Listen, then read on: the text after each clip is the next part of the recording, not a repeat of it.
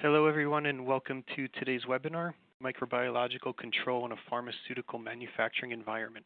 I'm Tim Wright, editor of Contract Pharma, and today's presentation is being sponsored by Nelson Labs, a global provider of laboratory testing and advisory services for medtech and pharma companies.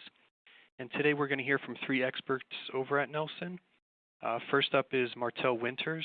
He's the Director of Scientific Competency and is going to address microbiological environmental monitoring data and the establishment of alert and action levels. And then in part two, we're going to hear from Nelson's Laboratory Technical Services Manager, Danina Rinaldi. She'll talk about pharmaceutical environments, cleaning validation programs, and associated disinfectant studies. And then lastly, in part three, Consulting Manager Paul Litley will discuss water quality, including water impurities, purification methods, validation, and process controls. We will be accepting questions throughout the presentation. You can send those in using the box at the lower left of your screen. Questions will be answered after the presentation in a brief Q&A, and this presentation will be archived on our website, contractpharma.com, for 1 year. If you're experiencing any technical difficulties, you can type those into the box as well, and someone from the broadcast vendor will help you out. So at this point, if you're ready, Martel, I'll turn it over to you. Great, thank you. So I get to talk about something that I really enjoy and that I end up talking about quite a bit, which is the microbiology data and interpreting microbiology data, and specifically on establishing alert and action levels. So the first slide here, the first couple of slides are kind of a review of what is available in the, especially from USP, just to kind of hit on this topic regarding what is really significant when it comes to microbiological data. So I attended a USP seminar on microbiological methods several years ago, and the phrase that was being used several times was that microbiology is a logarithmic science. And then you'll see other comments along that same idea in USP 1116, where they talk about some quotes here that growth and recovery in microbiological assays have normal variability in the range of plus or minus 0.5 log, and that studies on air samplers can have as high as 10-fold variability.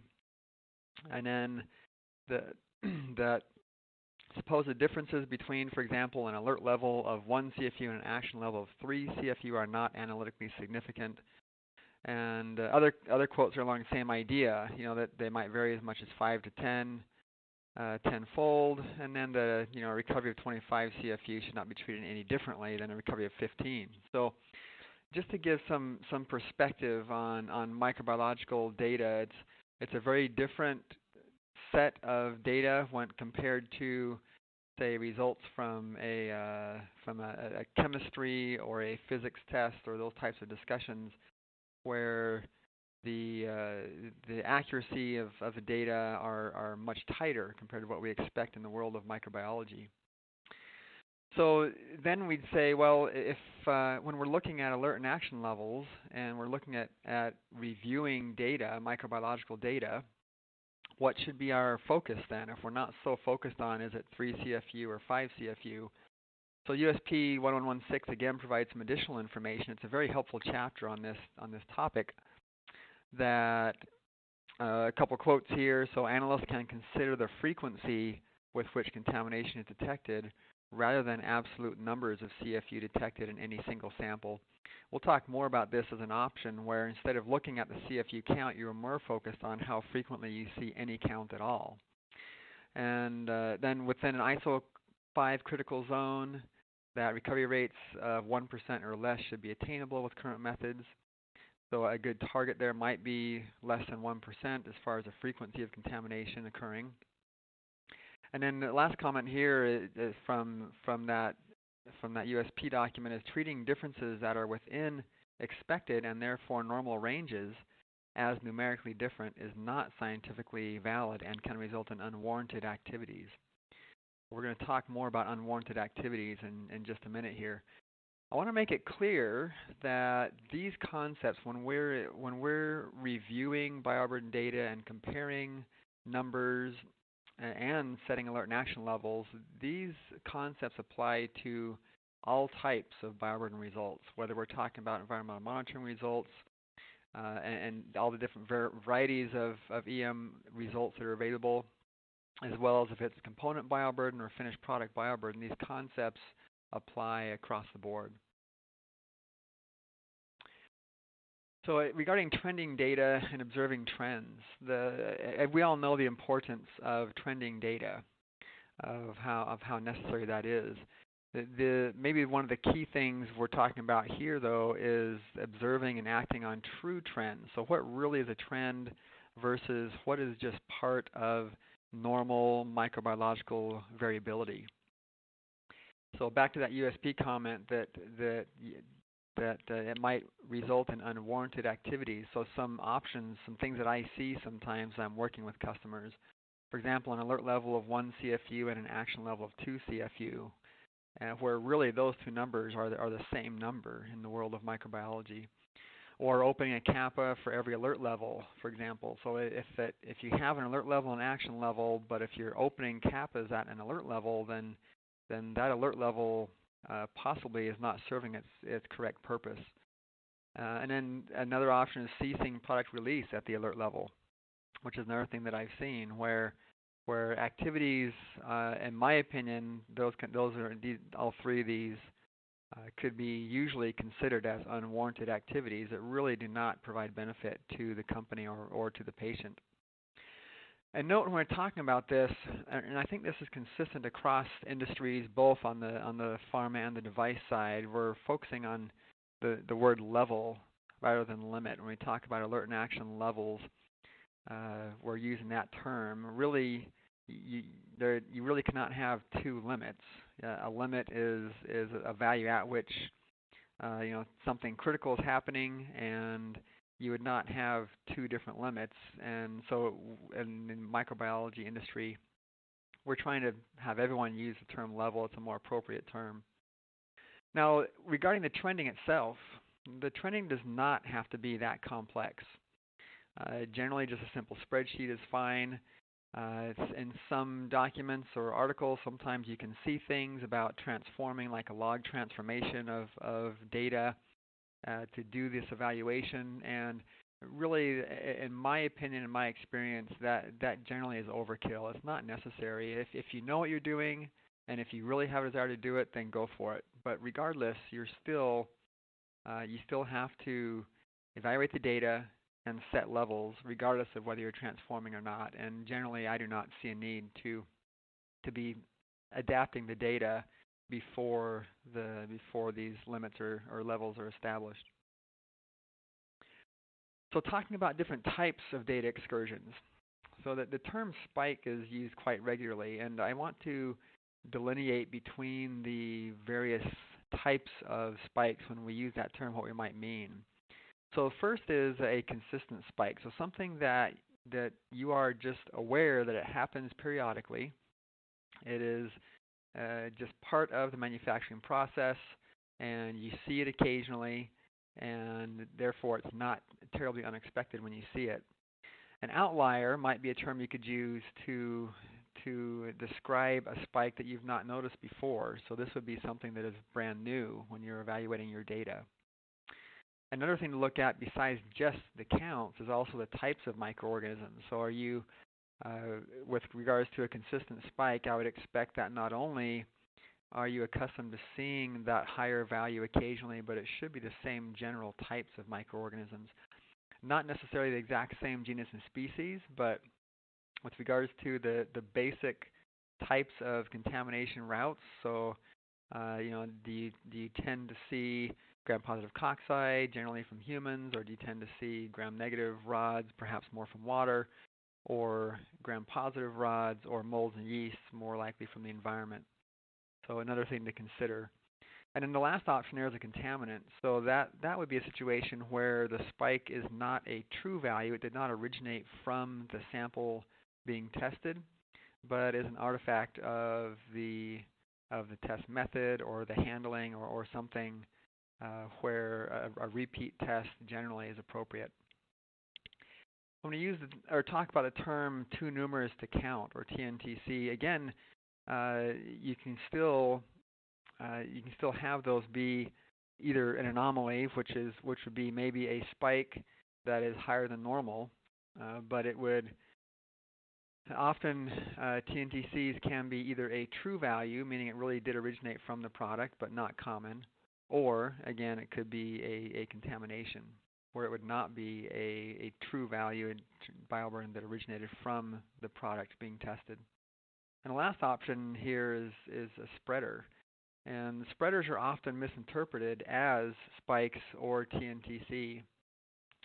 I have some pictures here I want to show to talk about some of these. So anytime that you have an excursion and you're investigating that excursion, of course, the laboratory should do what they can first to eliminate whether it could possibly have been laboratory contamination or if it more likely did originate from the product. So one thing you'll notice the last bullet point there is to get a picture of the plate or of the sample for the microbiologist. It really can tell us a lot. So first of all, is there a pattern to the CFU? So you'll see up in the top right there what was probably a thumbprint on that plate. That was a touch plate, and so if this is meant to be, for example, an environmental monitor of like a passive air settling plate, then you would not expect to see that type of pattern on the plate, and that would indicate more likely it's a contamination issue that occurred, not that it truly represents the bioburden in the air at that time. The next one down from that one, you see spreading colonies, and actually the next one down from that as well, where colonies actually are spreading on the surface of the plate. And this can occur. It can occur due to microorganisms that have the tendency to spread. More often, it is a result of debris on the surface of either the filter or the plate that gives microorganisms something to grow along when they're spreading. And then also, the one on the far left, that picture is an example of how it can be confusing to interpret whether it could be actually spreading microorganisms or is it too numerous to count. And then also the types of microorganisms that could be occurring, that also helps the microbiologist to understand what might be going on, whether the contaminant is all one type of microorganism or whether you're seeing various types of colonies. That would indicate to a microbiologist a potentially different routes of contamination. So some general concepts for setting levels. And ISO, the ISO bioburden standard 11737-1 in Annex A gives some basic guidelines that are applicable for any type of situation. The first being to base the levels on historical data, so gather data over time. And if there is a need for temporary levels, then set them temporarily, but make it clear that those levels will be amended as additional data are gathered. Another one is to use a mean or standard deviations and to help establish that. And really the standard deviation helps you to understand the general range that you're seeing in the bioburden data, and it's a good tool for evaluating data. And also to consider the purpose of the data, and we'll talk about that a little bit later. So evaluate the data over time, so looking for spikes and any trends you might be seeing. And then also other general concepts. Don't base critical decisions solely on environmental monitoring data. The environmental monitoring results should be one piece of the puzzle and should not by themselves dictate how product is dispositioned. And then also that environmental monitoring counts usually do not translate to product bioburden counts. So just the fact that an EM result might be high, that should not be assumed that the bioburden of the product is also high. In fact, generally speaking, in the industry, there's an understanding that those two do not correlate. And then also don't establish the same levels for all products or environments. Different products in different environmental areas or different rooms, they each have different characteristics, and there should not be one value set aside for all of them unless there are data to support that. And also don't set them too soon. Make sure that there are good data to support the values that you're establishing. So definitions of alert level and action level, so I've gone through PDA, USP, and FDA, and in my words, I kind of summarize a definition for an alert level and an action level like I have here on the screen. So alert level is that there might have been a drift from normal conditions, and investigation may be performed, and repetitive excursions above the alert level may be addressed as if you triggered an action level. And the action level, that should be established to indicate that the process has drifted from normal conditions, and normally an investigation must be performed and corrective action implemented. And just ensure that you're setting appropriate actions at each level, that the required activities within your own organization are appropriate. Regarding the purpose of the data, so of course the intent for setting these values is to demonstrate microbiological control, or one aspect of microbiological control over a product. So in doing this, then we should have the potential risk to the patient in mind. As you think about risk, that the potential risk for aseptic processing is greater than that for terminally sterilized products, and the potential risk within sterilization would be a bioburden-based method like radiation would have greater potential risk than overkill methods, which are common for steam and EO. And then within radiation, method 2 would have potential greater risk than method 1 and VD max. Now, they're all safe, so there is no concern with safety necessarily. The question is which ones allow greater flexibility, where greater safety might exist. So mathematical options, standard deviations are a great option to use for understanding the disparity of the data. And if you have very low counts, like in aseptic processing, then you might consider the frequency of occurrence rather than the CFU count itself. If you have some counts, but if you don't want to allow lots of flexibility, maybe because it's a bioburden-based method, or you want to have good control, like radiation sterilization, then consider maybe 2 and 3 standard deviations above the mean as an option for setting those alert and action levels.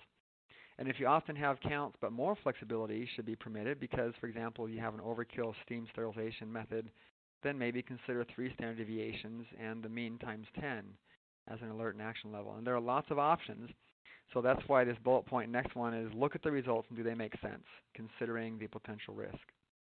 And so really everything should be linked to potential risk of the patient. And lastly, just quite a few years ago, we published an article on alert and action levels, and the link here is on this presentation, but if you were to Google setting alert and action levels, Nelson Laboratories, and it would come up and you could download that. We worked with an ex-FDA statistician who was consulting at the time and has a lot of this information plus additional that might be useful. So that's all I had. So I'm going now to turn the time over to Danina. Thank you, Martel. Excellent job. So this part of the presentation we'll talk about cleaning validations and disinfectant validations together. So first, let's talk about the importance of cleaning, answer questions like why is it needed and required, and who is responsible and who is involved. So we talked about environmental monitoring, and an important aspect of that entire program is cleaning. And so how do you set up this program? We'll talk about that. So cleaning validations are an essential part of a comprehensive program. It's important to understand that this program is going to protect the environment, the personnel, and of course the product, right? So I mentioned some more reasons why the cleaning validations and procedures are important. So it's going to ensure the functional aspect of the environment, providing for proper maintenance of the environment, and of course that product and personnel safety, which is important for the patient. So back to the USP, we talked a lot about the USP. It's a great guidance and regulatory document to reference. So the first one I want to talk about is USP 1115. This is bioburden control of non-sterile drug substances. It discusses the production facility and the importance of microbial control to protect the product. It's interesting because this chapter also dovetails with the FDA, and if you look there, it talks about objectionable organisms. I hope you can see that. It seems a little small, but we see that often from the FDA, objectionable organisms or objectionable conditions. So this is important as a great comprehensive program, environmental monitoring and cleaning validations. So looking at the Code of Federal Regulations, also included below, it also talks about sanitization and that there's a requirement for written procedures. Obviously, that's going to be outlining how things are performed. And this is not a suggestion, right? So this is law. This is the Code of Federal Regulations, and this should be implemented in your facility. So how do you set up a cleaning program, procedure, and of course validation? These are important steps. You of course have to do a risk assessment, and like Martel had mentioned, we want to look at what's going to be impacted, the potential of any issues or concerns, and we also want to look at the environmental monitoring data. Once you've done all this and you've come up with a great cleaning procedure, you want to detail that in a protocol. This will be something, of course, the FDA will be looking at. So part of your risk assessment, identification of the areas throughout the process, your cleaning process, of course, as well, for potential contamination. So some examples could be product carryover, could be personnel issues, right, and concerns, shift changes and things like that. Also aseptic technique. We're looking at worst case areas. These are areas that are difficult to clean. It could be due to size, area, or of course, specific location. For worst case products, we also want to think about products that are hard to clean, maybe products that are most resistant. And then with all that information, we're going to create acceptance criteria. And then also another important part of the risk assessment is any contributions to the microbial or chemical load.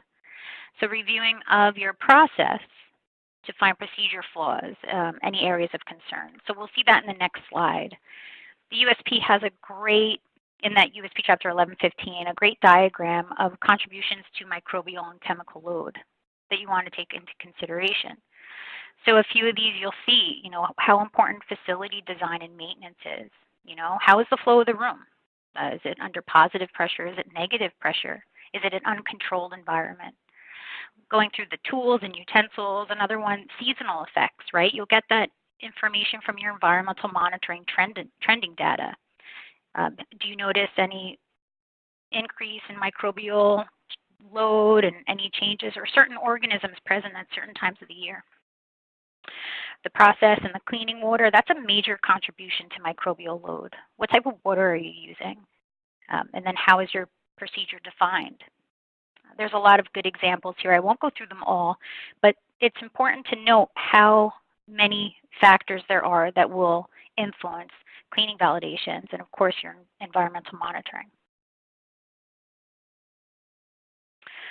So once you have a detailed protocol, or once you have the cleaning procedure, you want to define a detailed protocol. And this is important. You want to have a formalized SOP and have people trained on that SOP, right? So the importance of this procedure is you're going to have something written for employees to be trained on and then monitor their performance on a routine basis. You'll be able to track their aseptic technique and how well it's being performed over time. You want to include information in that protocol about cleaning agents, the dilutions, and the contact time. And then, of course, we're going to calculate the acceptance criteria. A lot of information to be included in the protocol. Going back to the environmental monitoring program, just for a moment, the cleaning validations, it goes hand in hand, right? One complements the other, because having a robust EM program is going to result in some correlation to sources of, to some source contamination that may or may not affect cleaning, right? So not with respect to the product, but we're talking about our cleaning validation. So again, you saw this in that beautiful diagram from USP 1115. So again, this is just a reiteration of that, the water, maybe product issues, right? What are you bringing in as far as raw materials and things that might interact with that? The personnel training. There's so many examples. How well they're doing the procedures of cleaning and how well are they just good housekeeping procedures. So this data that you have is then generated for cleaning and then subsequent disinfectant validations. The data, of course, from environmental monitoring. Types of cleaning validations, pretty simple, right? So we have the microbial, and in this case, when you're doing quantitative or qualitative recovery, this could be something, for example, quantitative, you're going to membrane filter or perform the pour plate method, and then that's a great way for claim substantiation, right? We're going to get specific values from quantitative recovery. And qualitative, we're just looking for absence and presence. And then looking at total count or specific pathogen detection. This is for swab analysis, or maybe you're doing Rodak plate for recovery. And we can look at coliforms, which are water-dwelling bugs, and then compare maybe the water system, right? If you have a RO system or DI system, and then look at the city water in comparison. For analytical cleaning validations, there's different methods. There's the quantitative and qualitative recovery methods. Such methods like quantitative would be results obviously in ppb, right? Parts per billion or parts per million. So we think of methods like TOC, right, or HPLC. And then qualitative, again, it's that absence and presence. And then for analytical, we have specific techniques. We have those general methods, which I just mentioned, which is TOC, and then we also have FTIR.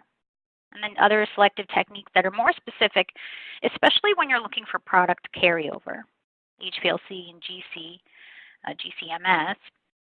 This is perfect to determine is there product carryover, and you can specifically target those actives. Another reason why you want to choose between those methods is if your product is either water soluble, maybe it's non-water soluble. So there's different techniques that are appropriate for different situations. So after your processing, you perform the cleaning process, validation testing is done.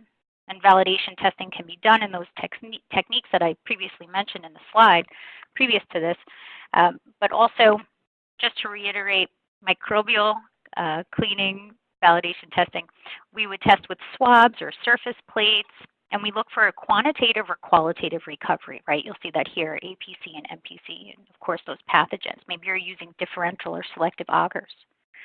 Whenever you do get any hits on those plates, you want to do microbial isolate recovery testing. You want to identify the species level.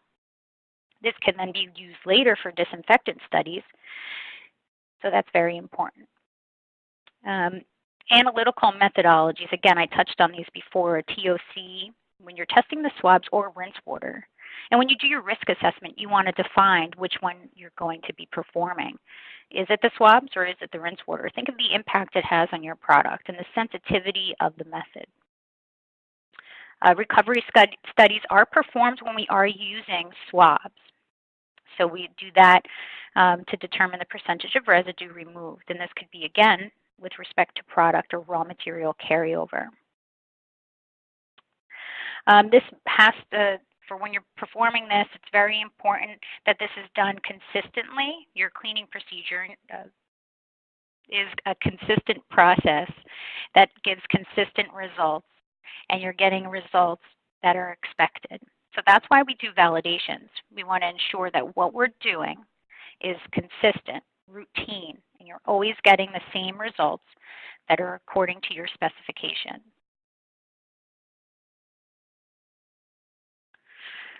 Segueing into disinfectant validations. After you reviewed all the aspects of your EM program and your cleaning procedure, as well as those validation results, we would move into disinfectant validations.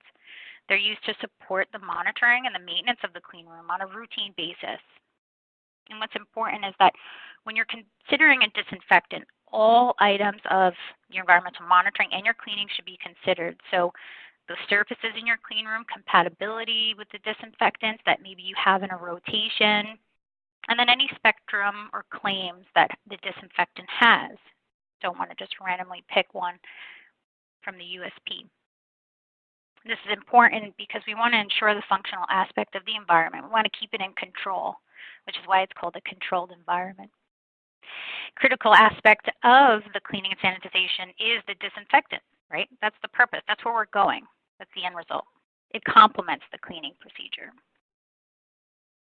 The USP, I apologize if this is also small, but the USP has a great chapter. It's USP 1072. It's disinfectants and antiseptics. It's a great reference chapter. It talks about a sound cleaning and sanitization program that is needed for controlled environments. And it reviews all the details of disinfectant validations and also how to choose the appropriate disinfectant. A few examples here, aldehydes, right? Aldehydes are sporicidal agents. So what does that mean? Destroys any bacterial or fungal spores. So it's also expected to kill all vegetative bugs. Right? Alcohol. Alcohol is interesting because it's a general purpose disinfectant, but it's also an antiseptic, which means that you can use that on living tissues like skin, wounds, things like that, right? There's a few other examples. We most often see quartz, right, towards the bottom of this list, general purpose disinfectant. You'll also note on here there's 2 sterilants. So sterilants are also interesting because they destroy all forms of microbial life, but are they really appropriate for certain surfaces? So you might think, wow, that's my best disinfectant to use. But again, going through your risk assessment, you determine which one really fits your controlled environment best. So looking at types of different disinfectant validation studies, there's in situ and in vitro. So in situ is just a fancy way to say in place, right? So once you have that disinfectant selected, you would go ahead and follow these procedures to validate the program. And then you can use for your in situ study, it has to be performed in place. Again, so use of the cleaning procedure, you have to follow it step by step, and it's a simulated use, if you will. You're going to do worst case sampling, so that's your recovery study. And then you're going to sample various sites. So this is multiple samples that the lab or internally, externally is going to be performing for efficacy. In vitro, it basically means in a test tube, right? It's the opposite of in vivo, in cells. So we see this a lot. We're testing using coupons, so 1-inch to 2-inch coupons, and those are mimicking what's in your clean room environment. Stainless steel, epoxy, plexiglass, various examples of different coupons. And then we would challenge those coupons with microorganisms. And then again, look for recovery. Another method is carrier tests. This is great for screening. You can do, maybe you haven't chosen a disinfectant and you're thinking of 2 and you want to make that decision. So carrier tests, if you use dilution test, you can use penny cylinders or sutures. Sometimes glass slides are used. And in this case, we would inoculate, perform recovery, and then determine which disinfectant might be best for you with the organisms that you might have recovered from the controlled environment in your EM program. What's important to consider is the data, right? So what is the point of this? We want to look at what happened before and what happened after. And this is great to measure efficacy or if you should make any modifications or any changes to the program. It's similar to in a cleaning validation where we're evaluating clean versus dirty. So each of these methods has acceptance criteria, so you don't have to worry about setting those limits yourself. It takes the ease out of one thing at least. So for the acceptance criteria, that in situ, that is from your risk assessment. In vitro testing, there's AOAC requirements. Surface testing has their own requirements. So this is required per those documents, and they should be followed. Here you'll just see a diagram, a generalized overview of how the in vitro test is performed. It's also, like I mentioned previously, it's a great screening test. It's a fact-finding mission, right, to find the appropriate disinfectant to use for your clean room and your procedures, where we're inoculating into a test tube, preparing media, and then we're looking for log reduction recovery. It's similar to the AET test, USP 51.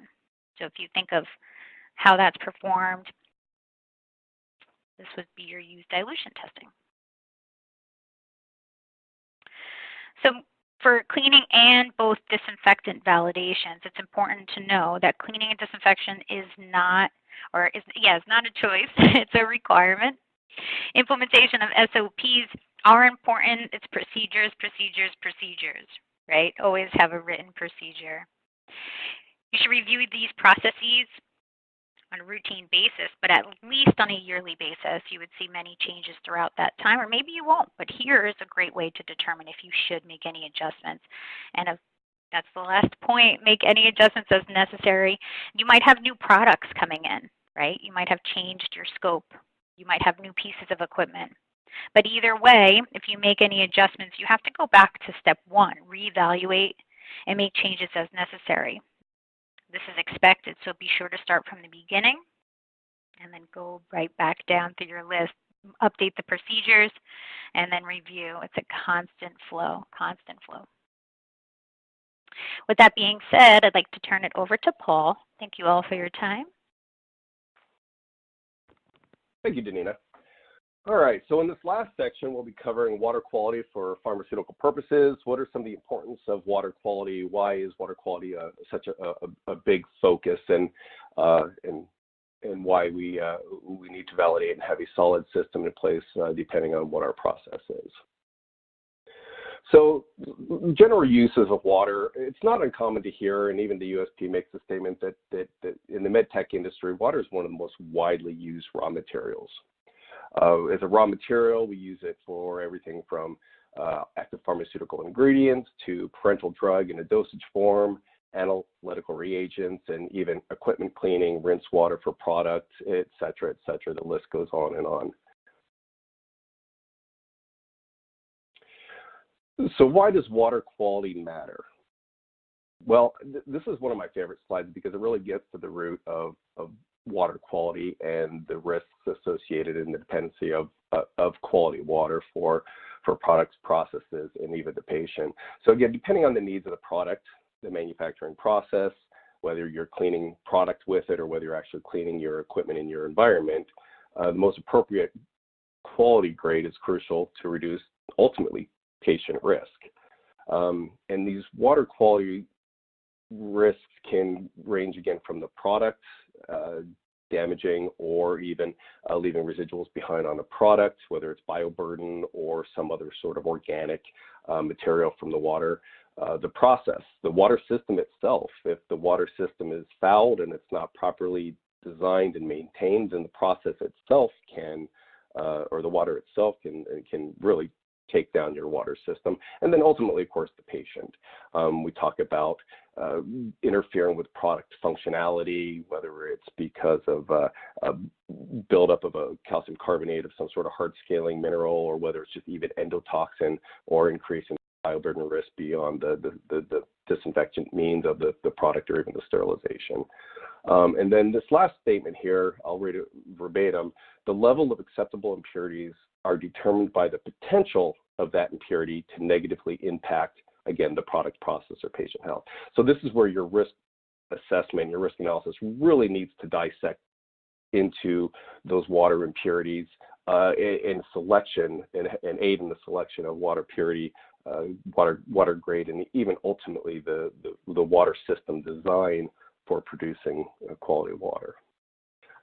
In today's presentation, we'll go through regulatory aspects, water basics, impurities, a little bit of chemistry. We'll talk about, again, some more water quality selections and why, critical quality attributes, those attributes that we commonly test or we want to test in a quality water system. Water system design we'll touch on briefly, as well as validation, and then system process controls.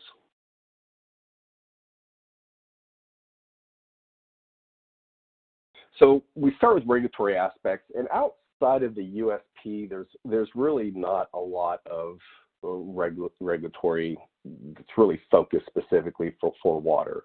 We do have, in the last two on these lists, we have the FDA Guide to Inspection of High Purity Water Systems, which, although dated, the FDA still uses this document quite often for their auditors, and even as a guideline for designing and maintenance validation of your system. But the first two, the Part 210 for manufacturing processing of drugs, for drug products, really focusing on some of the definitions in there, as well as the definitions in Part 820 for medical devices, primarily, again, what is a manufacturing material. But if you really want to dig in and you do have a pharmaceutical process, then 1231 and the associated monographs will really be where you want to be doing your research and gain your understanding from. So again, just some of the definitions. So Part 210, a component, any ingredient intended for use in the manufacturing of a drug product that may not even appear in the drug product. So often we use water as a vehicle or as an intermediate for mixing, and then it's defecated or dehydrated off. What's left behind would be the impurities from the water that you actually used. It's a general application and definition for an API, but again, doesn't have a direct reference to any sort of pharmaceutical water or direction thereof. The next definition we look at, and again, just 820, manufacturing material. I won't read through the definition, but focus on the items in red, that last part present in the finished device or as a residual. And again, it's one of those manufacturing residuals or residues that we're concerned with. Anything that's in the water has the chance of getting into your product, your process, your equipment, etc. Again, just a general regulation aspect. And the overall interpretation and what we're really trying to drive home in this section of the presentation today is water quality is regulated regardless of the claim, whether you were claiming it's USP or not. If you're using that water for a manufacturing process, you really need to have some level of acceptance criteria followed with a validated, documented validation showing that you can meet those requirements. Again, water should be free of objectionable contaminants, impurities. By your risk assessment, whatever those contaminants, impurities are that could affect your product, or those levels specifically that can affect your product, should be addressed. And again, the manufacturer has to demonstrate acceptance criteria, design, qualification, validation, and then process controls, and of course, documentation to back all of these up. So we're going to switch gears, and we're actually going to get into a little bit of water basics, some chemistry and impurities. Water is considered the universal solvent.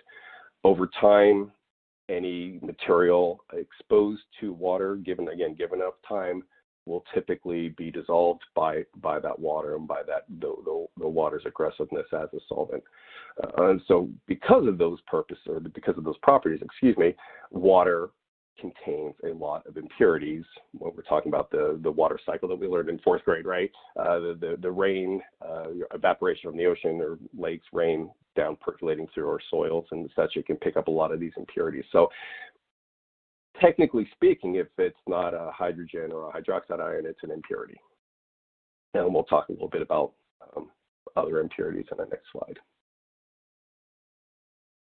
So when we categorize the main contaminants in water, again, these contaminants or these impurities that water has picked up through the water cycle or through soil or even city water, you're going to have suspended particles. You're going to have undissolved solids. Those are typically those visual that you can see that gives it the turbidity, the murkiness, etc. And then we talk about more of the ionic or the inorganic dissolved solids, those metal salts, calcium carbonate, and even some of the other chemicals such as chlorine that are introduced as a disinfectant in city water, municipal water sources. Of course, the microbiological contamination, there are microorganisms everywhere, right? So why would your water system or your incoming water, feed water, be any different? And then again, your organic impurities from decay of plant matter or even industrial waste, pesticides, herbicides, etc.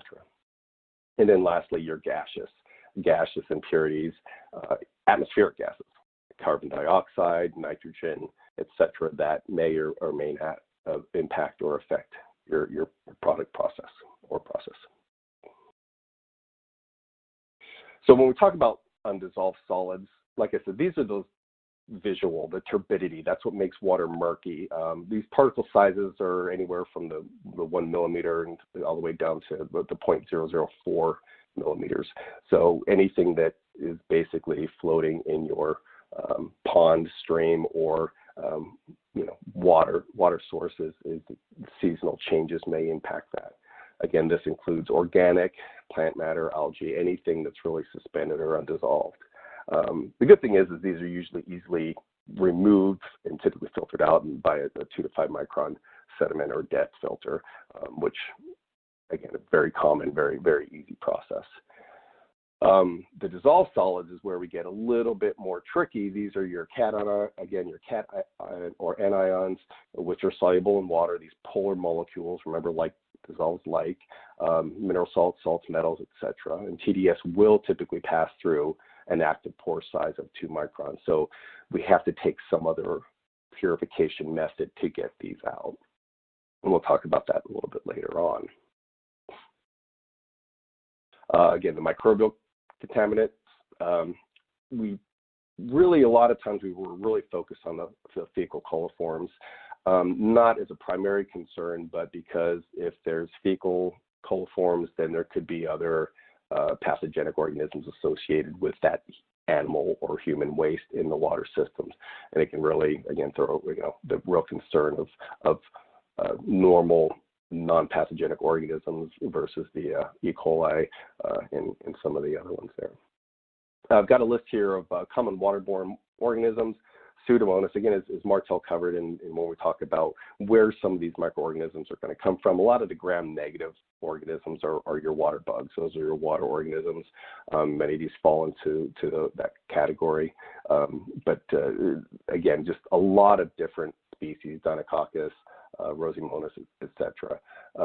The Burkholderia is a real concern. The FDA is really starting to look at the BCC complex. And so depending on what you're using your water system for, you might want to evaluate your BCC complex and dig a little bit more into there. That's outside of scope for today's discussion, but again, that is an area that the Burkholderia cepacia complex that FDA is starting to bang the drum on. All right, moving on. Bacterial endotoxin. Can't say enough about endotoxin, right? Because a lot of these water bugs are gram-negative organisms. Well, as luck would have it, we'd be, taxed with having the endotoxin risks as well. So depending on what the water is used for, endotoxin may or may not be an impact for the water. But know that endotoxins, you will typically have, if you have organisms in your water, you're probably going to have an endotoxin load and test for appropriately or as needed. And again, endotoxins are those toxins from the cell wall that are shed either through the cell lysing or even during normal cellular division of microbial growth and propagation. So again, always fun when you have endotoxin. One thing I like to make a note here is when people come to me and they say we have an endotoxin issue, and it's I always correct them and say it's not necessarily an endotoxin issue, but you definitely have a microbial issue. They go, hand in hand. You can't have one without the other, so to speak. So just keep in mind that if you do have endotoxin, you definitely have microorganisms there producing them. All right. And lastly, we'll talk a little bit about organic carbon and gas impurities. So total organic carbon, again, we talked about where do these come from, decay of plants, animals, microorganisms, especially industrial and domestic waste as we grow and become an industrial world. But then gas impurities, usually gas impurities are those atmospheric gases, those carbon dioxides, even oxygen and nitrogen and ammonia, can be are considered impurities. So now that we talked about the impurities, how do we measure it? How do we, a little bit actually more about chemistry and the conductivity and resistivity and even pH. So when we talk about conductivity and resistivity, conductivity is a measure of, an indirect measure of the ionic concentration in a water sample. So it's the ion facilitated electron flow through water, and it's literally measured with a a cathode electrode and measuring the conductivity or the inverse, which is resistivity there of the water. For example, and again, this is general because this is relative to the actual metal salt. When here we're talking, the third bullet point there, we're talking about sodium chloride, just common salt, table salt, 1 part per million equals about 2 microsiemens of total dissolved solids at 25 degrees C. Just keep in mind that conductivity is temperature sensitive. Again, if you increase the temperature, you're going to increase the ionic activity and therefore increase your conductivity. We don't talk too much about pH in water. Pure water, as we know, has a pH of 7. If you have a standard RODI or even just distilled water system, your pH is going to be pretty close to 7. And again, it's just the measurement of pH is just a measurement of acidity versus alkaline, right? So a high pH is basic or alkaline, low is acidic. And again, for a normal water system, you'd have to really be contaminated to pull your pH off of that 7 plus or minus a few decimal points, that mark. All right, moving on to water quality selection. So we keep talking about the level of impurities depending on your process, product, or patient safety. But when we're talking about where those come from in water quality selection, it really is based on your designated use, your water quality criteria, and then, of course, your anti-degradation strategy. So in a water system, it's not just about getting the water pure, it's also about maintaining the system for continually meeting those critical quality attributes or those specifications that are set. So all three of these really do go hand in hand based on your product process, determined by regulatory standard or by your risk assessment for your designated use, what that water is going to be used for. What are you going to measure? Now that you know what your risks are of the 5 different impurities, conductivity, microbial, etc., what are you going to measure out of that water system to validate or verify that you're meeting your designated use? And then lastly, of course, your anti-degradation strategy, having the system designed correctly, it's not a one-time use apparatus or system. It's going to be used hopefully for decades to come, as long as it's managed well and fits the needs of continuing needs of the process. It's kind of an eye chart here, but the water selection and plan is from, it looks like the slide got a little bit cut there, but it is from USP 1231, Water for Pharmaceutical Purposes. This is actually Table 2A, and it's a decision tree. So at the top, you've got intended use. Again, just generic cut and paste from the USP, just to give you an idea that there are specific guidelines and recommendations from the USP that you should follow, whether it's an active pharmaceutical ingredient, dosage form, or other. This is never a bad place to start selecting what water quality you should be using for your process. Again, those critical quality attributes, the definition of a critical quality attribute is a physical, chemical, biological, or microbiological property or characteristic that can be defined, measured, continually monitored to ensure final product outputs remain within acceptance limits. The four most common that we talk about with water quality are, again, in conductivity, or the inverse, which is resistivity, total organic carbon, your microbial level, endotoxin. You could have some others on there as far as pH or even some other heavy metals and such. But again, these are the 4 basic ones that we almost always recommend when testing or setting up a water system. For design, because there are so many different types of impurities in water, unfortunately, there is no one silver bullet that exists to put your water system through to clean it up, to remove those impurities. So often it's performed in a multi-stage, multiple technologies, and we often hear RODI, that reverse osmosis deionization. Those are 2 independent stages or technologies. They do completely different things. but there is some overlap. I shouldn't say completely different. There is some overlap there. But in general water system design, we'll see a pre-treatment, which is removing the large, chunky, easy to remove, such as the sediment filter, right? Removing the 2 to 5 micron sediments that exist in your incoming water from the city. This water softening, removing the hard and scaling molecules, those compounds, or even green sand, which is going to remove some of your iron and some of your iron contaminants, depending on what area of the country your water is coming from or whatever your facility is at. Again, usually low technology, low dollar, big bang for your buck, because you want to remove as much up front as possible prior to your principal treatment, and then, of course, your storage and distribution.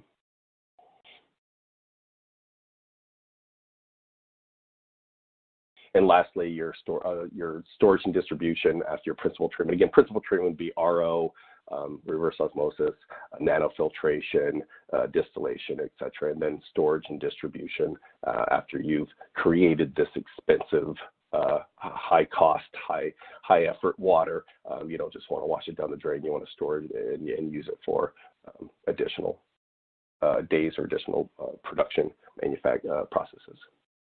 All right, touch a little bit on biofilms. I think everybody's pretty much aware of what a biofilm is, but in water systems, once they occur, they're almost impossible to eliminate, especially in like a cold water system, which is less than 30-degree water system, or high water thermal sanitization for hot loop systems greater than 65, usually in the 65 to 80-degree range, can eliminate biofilms, but you have to have the correct system and material set up to withstand those high temperatures. Again, the control of organic carbon to create a virtual desert can help reduce the risk of running a biofilm, and then just even design against low flow areas, those dead legs, and the definition of a dead leg there is any area with length greater than 2 times the pipe diameter, for example, in the cold water system. Is defined as a dead leg. So just making sure that your water is flowing and the system is designed accordingly to keep to reduce those areas of low flow. When we're talking about performance qualifications with validations, won't go too much into the IQ, OQ, but again, just the PQ phase is a little bit different. This is definitely a performance qualification. It is by no means a process validation. We are not adjusting parameters. We're not introducing any sort of contaminants to see if the system can clean it up. It really is based on time. And because it's based on time, again, this is both FDA and USP recommended strategies. We typically have like a phase 1, which is investigational, making sure that the setup and design is capable of meeting those final criteria before you get into the actual phase 2 validation. And then phase 3, your extended performance. So phase 2 is really the meat and potatoes of your validation, or should be. Again, phase 1 is just checking, testing every few days, making sure that you're within control. But when you get to phase 2, that's usually very test intensive. You're testing multiple ports, multiple days, ensuring that the entire system strategy and health is consistent, and you're not getting any sort of excursions and fluctuations. Also, during this time, you can start collecting, or you are collecting data to start establishing your action and alert levels, which Martel went into. And again, you can't establish action and alert levels without having a lot of test data set up. Phase 3 is really your turn it over to production. It's extended performance. You're just keeping an eye on it. It's still part of your you're still running production, but you're monitoring it, and you're keeping a closer eye on it than you would just during normal. Again, just to kind of 12 months again, because that represents all seasons. So I can't emphasize how important it is to follow this type of strategy. It's really, again, what the FDA is looking for and expecting. Process controls, we're going to jump a little bit through these quicker, because process controls are just process controls, right? I mean, if you're running your water system, maintain desired quality is keeping everything established. So your procedures, your validation, procedures for testing, your data trending and monitoring, et cetera, looking at those critical quality attributes and even the critical process performance attributes as well. And again, documentation. All right, and then this last slide, so Martel really did a great job covering those key process indicators, action and alert levels. I won't go too much into here, but again, knowing that how to handle these excursions and what to do with your water really needs to tie back into the system stability as well as your risk assessment. What do you do when your TOC trends a little bit above your action or alert level, et cetera. So again, handling these action and alert levels very similar to what you would do for any bioburden, environmental or other process. It would be almost identical. So not much to say here that Martel hasn't already said. So that actually closes up today's presentation. And I'll go ahead and turn it over to Tim for the Q&A session. Yeah, thanks a lot, Paul. Really appreciate it. And thank you, Deneen and Martel, too. Really great presentations. We're up against the clock, so want to get through at least one or two questions here. So jump right into that. For Denina, question asks, can in vitro validation study be used in place of an in situ study? Is in situ looked at more favorably by regulators? Yeah, so great question. Thanks. So what's interesting about the in vitro validation study is that you're actually using coupons, right? So coupons from your environment. It actually simulates the scenario of your clean room. So believe it or not, that's actually the preferred method as opposed to the in situ, because the in situ is not using the laboratory challenge, right, of your clean room environment. So you have to remember that disinfectants are going to be less effective against numbers in that test tube situation, right? Versus when we're using it in or on the coupons, the surface samples you've identified from your clean room. Okay, great. Thank you. Next question for Paul. If water is used in a facility solely for cleaning equipment, is it considered a component of a product just as if we're in the final product? Great question. And yeah, again, it really does go back to that manufacturing material. You're using some level of material. So instead of water, let's substitute alcohol. So how would you handle your alcohol, your IPA or whatever that you're using to clean? So the main thing that we're looking at, the main takeaway is, no, it's not considered part of the product, but it is considered part of the environment and any sort of impurity that comes from the water can get onto that equipment. And then, of course, through cross-contamination can go through equipment and then ultimately to the product. So, again, it's really not considered as part of the product, but it is definitely a manufacturing material. Okay, great. Thank you. And so, yeah, because of time, we're going to have to cut the Q&A short here, but our speakers will, any questions we didn't get to, our speakers will follow up with you directly. So I'd like to thank Martel, Denina, and Paul again for a great job, and to our sponsor, Nelson Labs. And as I mentioned earlier in the intro, that this session will be archived on contractpharma.com for 1 year. So thank you very much, everyone, for joining us, and hope you have a great rest of your day. Bye-bye.